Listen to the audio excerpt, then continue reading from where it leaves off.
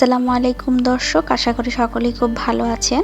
ইলিশ মাছ আমাদের সকলেরই খুব পছন্দ, আর এই ইলিশ মাছ দিয়ে কিন্তু নানা পদ তরকারি রান্না করা যায় এবং যে তরকারি রান্না করেন না কেন সেটাই খেতে খুব সুস্বাদু হয়। আমি এখানে ইলিশ মাছের কাটা, লেজ এবং ছোট পিসগুলো ব্যবহার করেছি তরকারি রান্নার কাজে। আমি এখানে আলু এবং বরবটি দিয়ে একটি তরকারি রান্না করে দেখাবো। আশা করি রেসিপিটি আপনাদের ভালো লাগবে।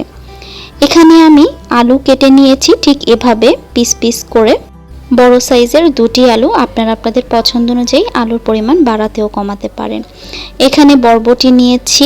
প্রথমেই আমি উপকরণগুলো দিয়ে দিচ্ছি।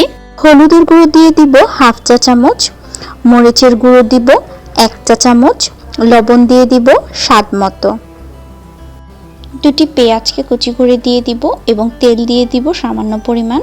ঝোল তরকারি রান্না করার ক্ষেত্রে কিন্তু তেলের পরিমাণটা একটু কম লাগে ভুনার থেকে। কষানোর জন্য হাফ কাপ পরিমাণ পানি দিয়ে দিব। পানিটা যখন হালকা টেনে আসবে তখন কিন্তু আপনাকে বারবার নাড়তে হবে। অবশ্যই ভালোভাবে কষানোর দিকে খেয়াল রাখতে হবে। মশলাটা যত ভালো কষানো হবে তখন কিন্তু মশলার একটা কাঁচা গন্ধ থেকে যাবে না এবং তরকারিও খেতে ভালো লাগবে। দর্শক, বর্তমান খরচের যুগে আপনারা কিন্তু একটি ইলিশ মাছ কিনেই বিভিন্ন আইটেম রান্না করে ভাগ ভাগ করে খরচ বাঁচাতে পারেন। কষানোটা পুরোপুরি হয়ে গেলে এরপর আমরা আগে থেকে কেটে রাখা সেই আলুগুলো দিয়ে দিব। আলুটা আগে দিব কারণ আলুটা হতে একটু সময় লাগবে।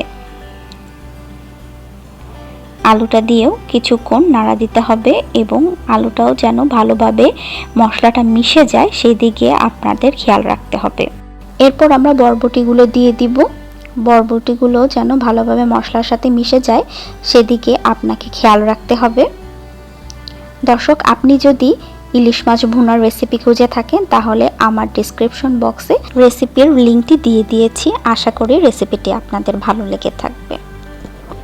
বরবটি দিয়ে কিছুক্ষণ জাল পাওয়ার পরে আমরা এরপর পানি দিয়ে দিব। এখানে আমি 2 কাপ পরিমাণ পানির ব্যবহার করেছি। পানিটা ফুটে উঠলে এরপর চুলার আঁচটা লো মিডিয়ামে রেখে দিতে হবে এবং ঠিক এরকম যেন ফুটে উঠে সেদিকেও অবশ্যই আপনাকে খেয়াল রাখতে হবে।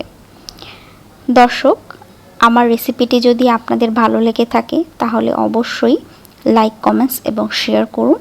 দেখুন পানিটা টেনে এসেছে এবং আমার রেসিপিটি হয়ে গেছে। আমার চ্যানেলে নতুন হয়ে থাকেন তাহলে অবশ্যই সাবস্ক্রাইব করুন আমার চ্যানেলটি। ধন্যবাদ।